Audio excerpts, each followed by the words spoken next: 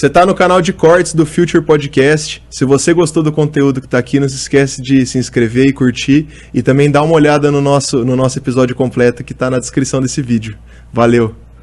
Eu queria fazer essa pergunta ligando um pouco com a parte da advocacia, porque, como a gente falou, eu estou fazendo um mestrado na UEL, e eu faço por vontade pessoal. Eu não gostaria de dar aula, mas não nesse momento, porque eu pretendo focar na minha advocacia.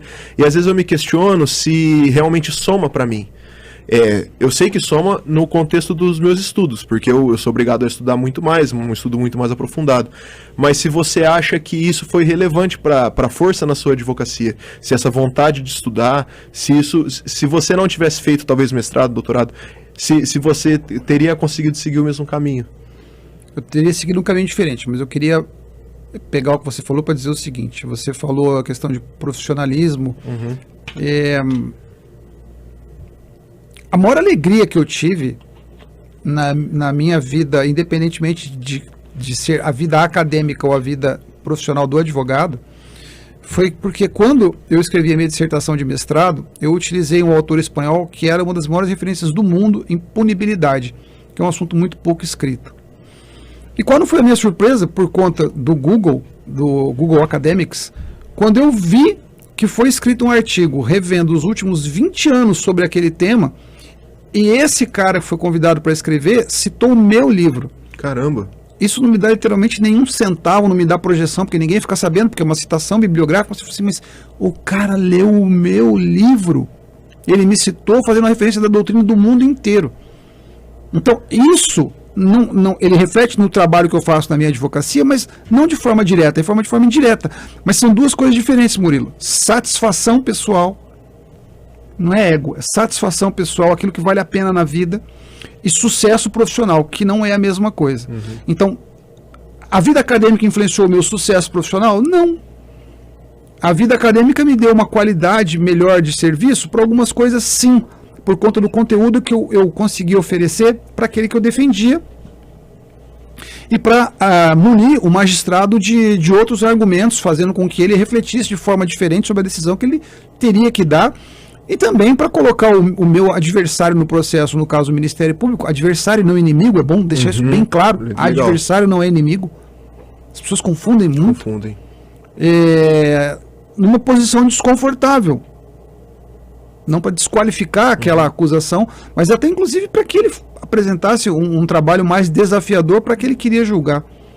Então, nesse contexto, para mim, a resposta compreende essas duas facetas. A satisfação pessoal e aquilo que abasteceu a minha vida profissional. Porque quando eu faço mestrado e eu começo a dar aula, eu tinha uma carga muito grande de pesquisa e de aulas. Só que a atividade da advocacia, ela foi crescendo naturalmente. Eu não fiz o que você fez.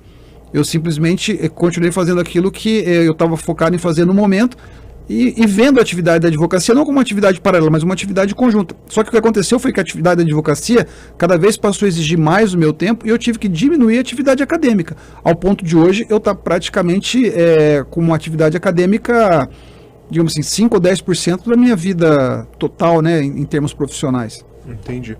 Até porque com o tempo, mesmo que a quantidade caia, a qualidade sobe muito, né? Hoje eu sinto, por exemplo, como eu estou no começo dos meus estudos, que você patina muito, porque você não tem a experiência, você não tem o conhecimento. Então, quando você conversa, por exemplo... eu ficava impressionado. Semestre passado eu tive uma matéria que eu tinha que ler... sei lá, 10 horas de texto para poder assistir 1 hora de aula. E aí eu falava, caramba, eu li 10 horas para assistir 1 hora. Até o dia que eu me toquei, falei, mas esse professor aqui, ele estudou 30 anos para me dar essa aula. Eu lembro assim, uma vez um colega seu, da sua turma, perguntou assim, quanto tempo você demora para preparar uma aula dessa? 10 minutos, 15 minutos? Eu falei, rapaz, eu posso até fazer um resumo da aula em 10, 15 minutos, mas isso tem toda uma vida para trás que você vai pegar o conteúdo naquela aula. E uma coisa que para mim é muito importante, eu nunca dei uma aula igual a outra. Que legal. Não estou me referindo ao estilo, mas ao conteúdo. Então, aquela aula que eu dei para você, quando você foi meu aluno, certamente hoje ela não é a mesma.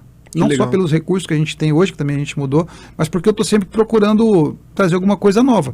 Então, por exemplo, eu não posso mais falar numa aula de homicídio qualificado do caso do Índio Pataxó. Que é um caso que ficou famoso, a gente nem sabe, porque o cara não tinha nem nascido. Mas eu falei durante a aula, inclusive a aula que eu dei hoje de manhã, do caso do assassinato do Yoki. Por quê? Porque tem uma série com a Elise Matsunaga na Netflix que muitos viram e aquilo embasou a aula. Como exemplo e como nós estávamos discutindo qualificadoras de quando configurava uma qualificadora, como configurava outra. Então, a aula tomou um rumo completamente diferente da aula que eu dei para você sobre homicídio qualificado.